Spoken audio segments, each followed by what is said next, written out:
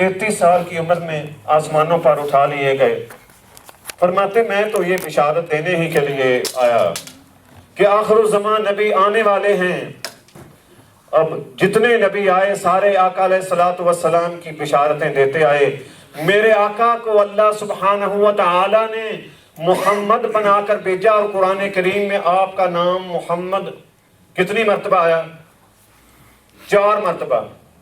قرآن کریم میں آپ کا نام لفظ محمد سے 4 مرتبہ اللہ نے ذکر فرمایا، لیکن آپ کو مخاطب کر کے ایک دفعہ بھی نہیں، آپ کو مخاطب آپ کے نام سے نہیں کیا۔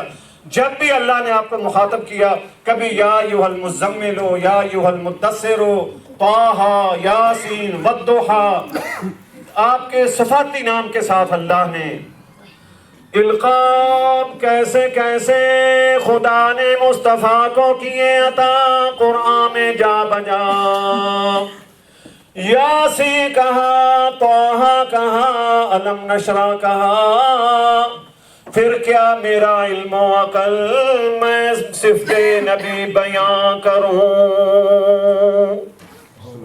اللہ خود قرآن کریم میں آپ کی تعریفیں فرماتا ہے، اور یہ بات یاد رکھیں، بالکل نعتیں بھی سنیں اور ذوق کے ساتھ سنیں، لیکن جب آپ کا ذکر خیر ہو تو کچھ نہ کچھ باتیں آپ ذہن میں اگر یاد نہیں کریں گے، کوئی سبق یاد کر کے نہیں لے جائیں گے، تو پھر کیا ہوگا؟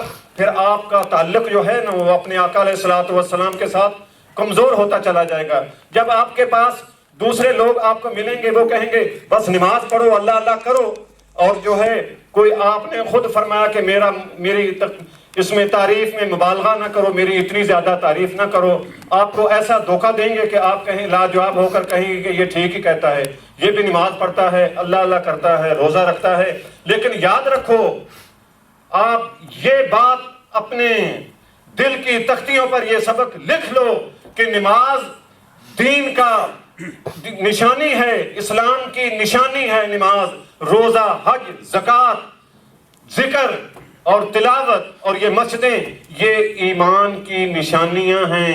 جس طرح ایک بندے کا ایک بازو کٹ جائے انسان پھر بھی رہتا ہے، دوسرا بازو نہ ہو انسان پھر بھی اس کو انسان ہی کہتے ہیں، ایک آنکھ نہ ہو، ایک کان نہ ہو، پھر بھی اسے انسان ہی کہیں گے، لیکن جب اس کا دل نہ ہو اسے کوئی انسان نہیں کہے گا، نہ وہ زندہ رہ سکے گا۔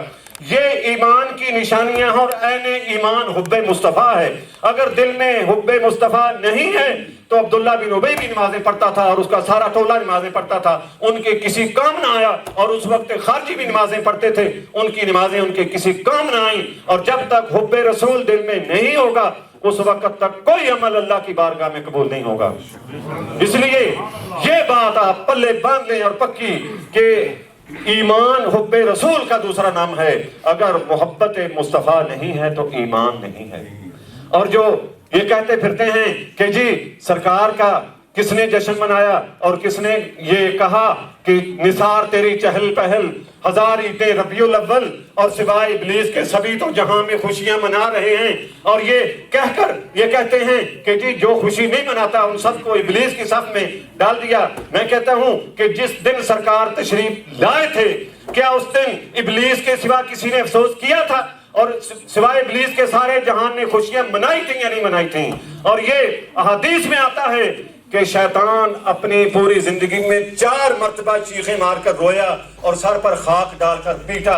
ایک دفعہ جب اسے مردود کیا گیا، جب وہ زمین پر پھینکا گیا، دھتکارا گیا، اور تیسری دفعہ جب میرے آقا علیہ الصلوۃ والسلام کی تشریف آوری ہوئی، سرکار کی جس دن دنیا میں آپ کی جلوہ گری ہوئی، اس دن یہ سر میں خاک ڈال کر پیٹنے لگا کہ اب تو وہ آ گئے جو اس کعبے کو بتوں سے پاک کریں گے، جو اس دنیا سے شرک کا نام و نشان مٹا دیں گے۔ اور چوتھی مرتبہ جب سورت فاتحہ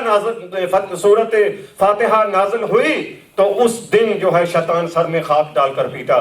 تو ہم اس دن کے توسط سے سرکار کی خوشی کی وہ یاد جو ہے وہ تازہ کرتے ہیں۔ اس لیے یہ بات یاد رکھو کہ جب بھی کوئی کہے کہ سرکار کی خوشی، تو آپ کہیں کہ اس دن جب سرکار تشریف لائے تھے، کیا کائنات کے ذرے ذرے نے اللہ کے حضور سجدہ شکر ادا کیا تھا یا نہیں کیا تھا؟